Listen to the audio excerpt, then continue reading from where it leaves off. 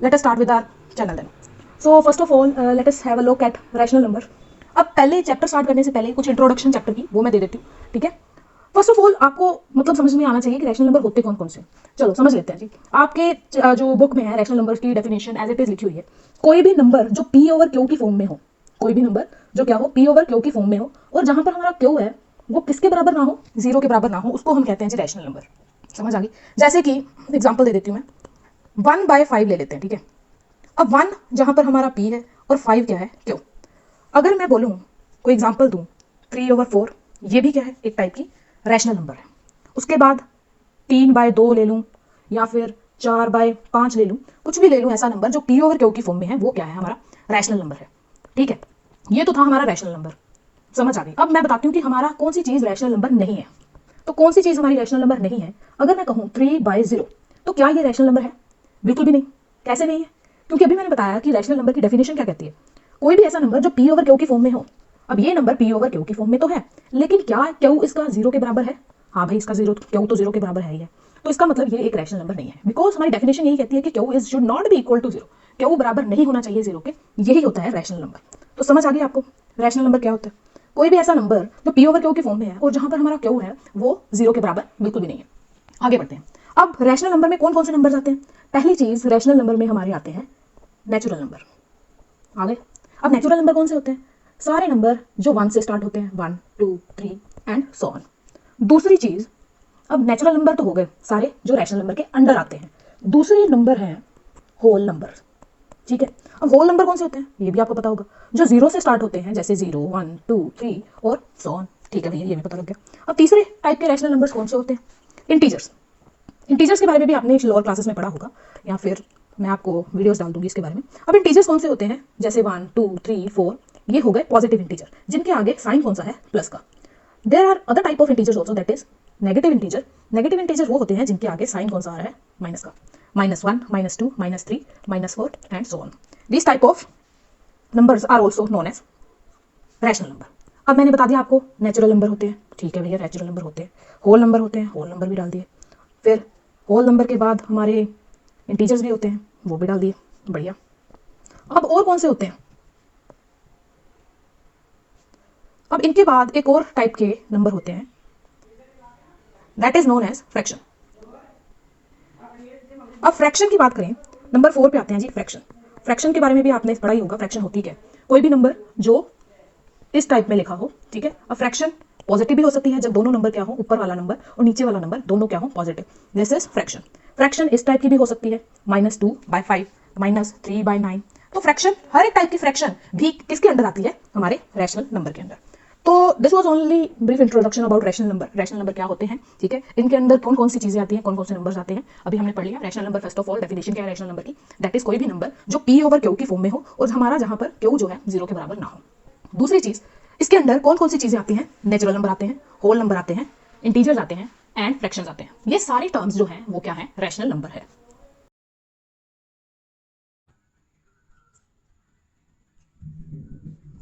तो उसके बाद जो चीज हम समझने वाले हैं under rational number is addition of rational number.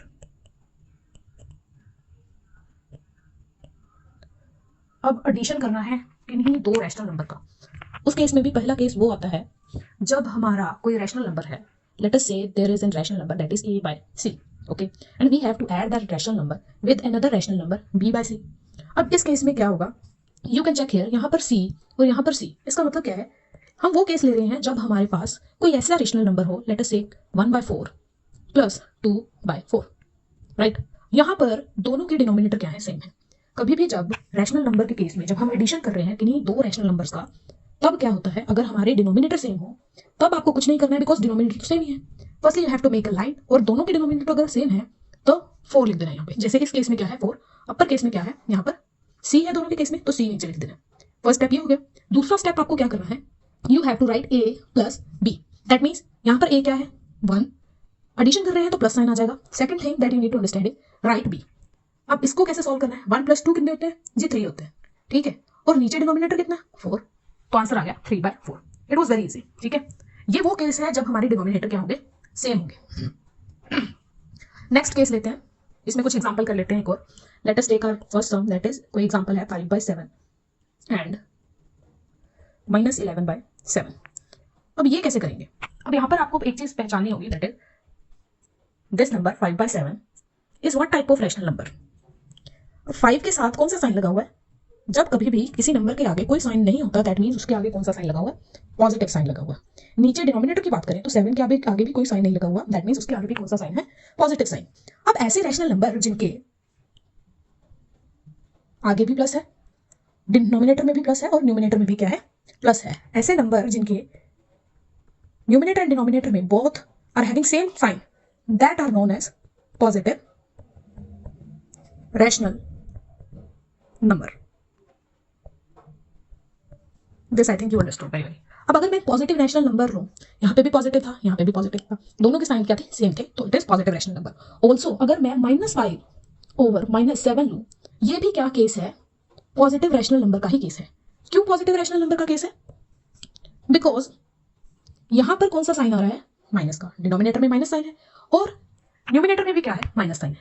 अब मैंने अभी बताया कि पॉजिटिव रैशनल नंबर होते कौन से हैं? पॉजिटिव रैशनल नंबर वो होते हैं जिनका न्यूमिनेटर और डिनोमिनेटर दोनों का साइन क्या हो? सेम हो।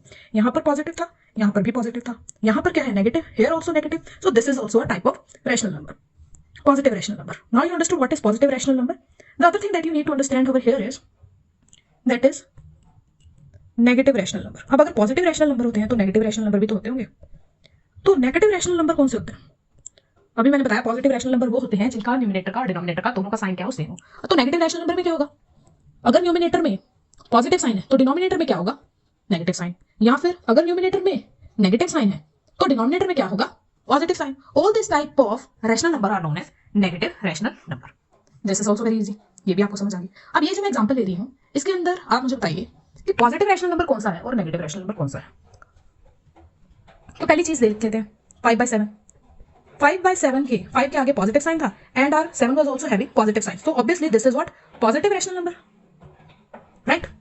And we were having -11/7, numerator we were having negative sign and denominator we were having positive sign, so this is what type of rational number? It is negative rational number। आ गई समझ? चलो भैया, ये समझ आ गई है तो उसके आगे हम आपको एक और चीज बता देते हैं। अब इसको सॉल्व क्या करना है हमें? इसको एक्चुअल में करना क्या है? एक्चुअल में we need to add these terms, that means 5/7 plus, because it was having minus sign in front of it, so it will be -11/7। अब देखा जाए तो first of all what we have to check is its denominator. दोनों के denominator same थे, तो मैंने पहला बोला है कि whenever your denominator is same तो मेक अ लाइन, ठीक है, बड़ी सी लाइन बना दी है, उसके नीचे दोनों डिनोमिनेटर 7 थे तो 7 लिख दिया। Next thing that you need to do is write the numerator. First rational number का न्यूमिनेटर क्या है? 5। अब अगला स्टेप क्या है? हमें पॉजिटिव साइन लेना है या नेगेटिव साइन लेना है? अब ये इस चीज के ऊपर डिपेंड करता है।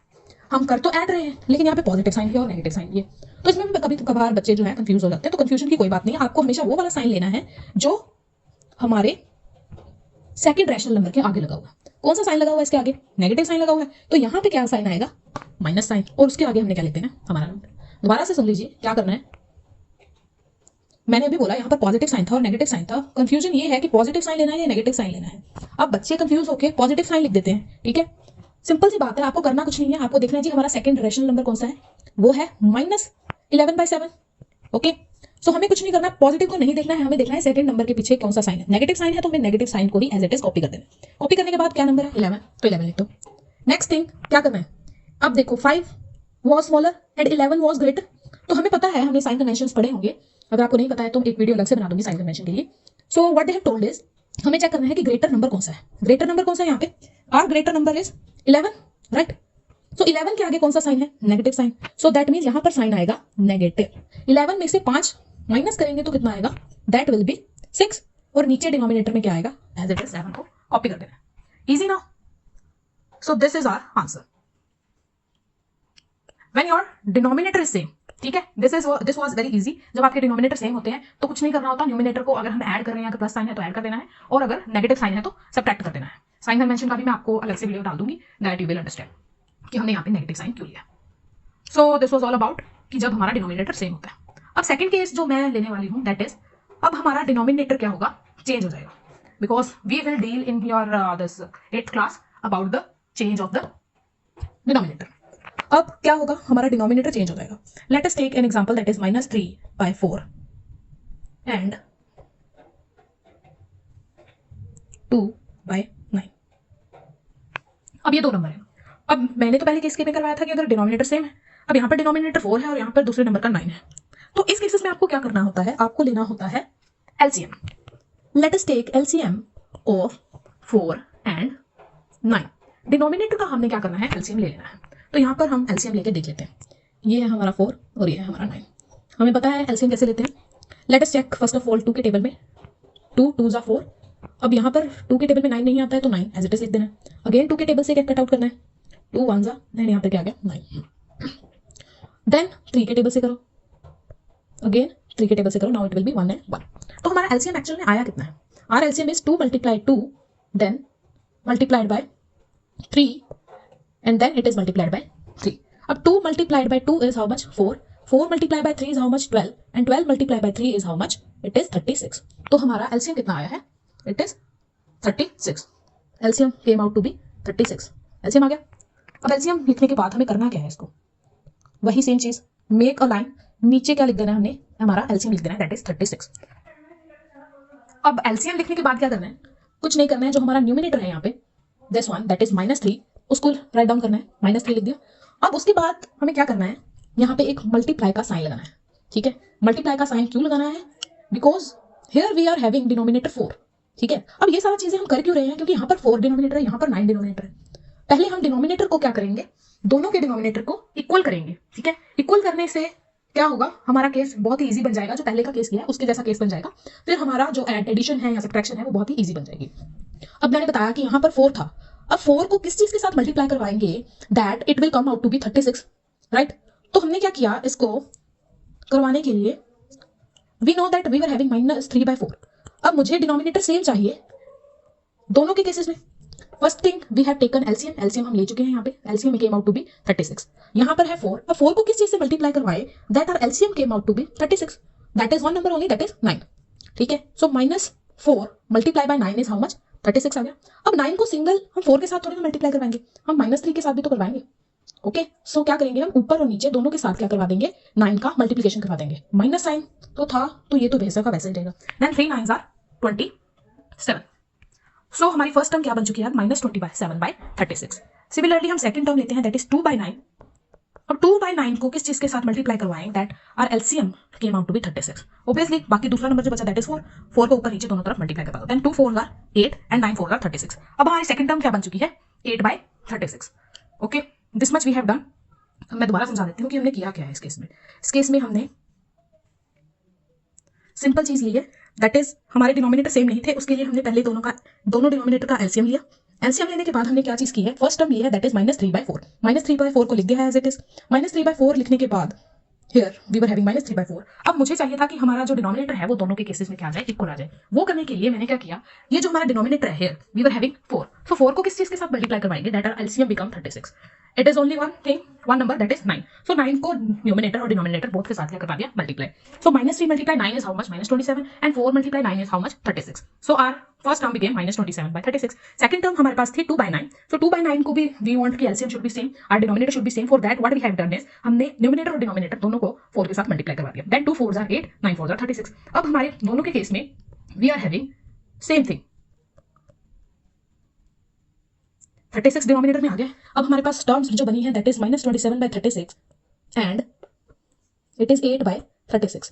अब पीछे वाला केस और ये वाला केस सिमिलर हो गया, तो क्या करना है, लाइन खींचनी है, 36 नीचे लिखना है, 27 ऊपर लिखना है, because we were adding this term, so positive sign यहाँ पर आएगा, बिकॉज 8 के सामने पॉजिटिव साइन था। उसके बाद क्या करना है, नीचे 36 आएगा and bigger number was what, -27 एक बड़ा नंबर था और इसके आगे माइनस साइन था, तो minus sign will come here, right. So 27 - 8 is how much, it is 90. So our answer is -19/36. It is very easy method. I think you should understand it very well.